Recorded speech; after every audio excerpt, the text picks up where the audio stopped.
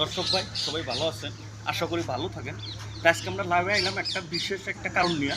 মানে আমরা আসামের লোক, অলরেডি আমরা গুজরাট এসে পাইছি, আজকে পাইছি, শনিবারে উঠছিলাম, আজকে এসে আমরা পাইছি তোরে সাইড পাইছি। আমরা এখানে আমরা ব্রিজের কাজ করতে আসছি।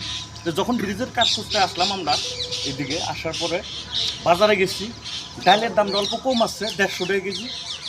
তারপরে আপনার ডিমা তো পাই যায়, একদম ধরেন পাতায় পাতায় ডিমার অভাব নাই, বুঝছেন। এখান থেকে 175 কিলোমিটার আপ অ্যান্ড ডাউন ভাড়া গেল।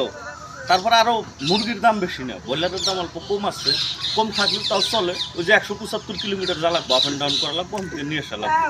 আর জানেনই তো আসামের পোলাহান চাইনিজ দানের বাইক খাত থেকে একটু বডি একদম একদম হার্ড হয়ে গেছে, বুঝছেন। কিন্তু নিয়ে এসে আপনার চাইল দেউল ঘুরায় না, একবারে দেউল আছে। তা আপনারা কেউ খারাপ পান না, বুঝছেন। মনের দুঃখে করতেছি, দেখেন আগের আসামে বানি এখন একদম সন্ধ্যা হয়ে গেছে গা। আর এখানে এখনো দেখেন কীভাবে রোদ আছে, 7টা বাজে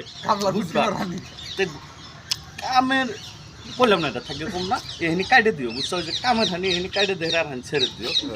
আমার তাহলে আমার বিচার আল্লাহ করে, উনি মাঝখানে ডিট করে দেবেন।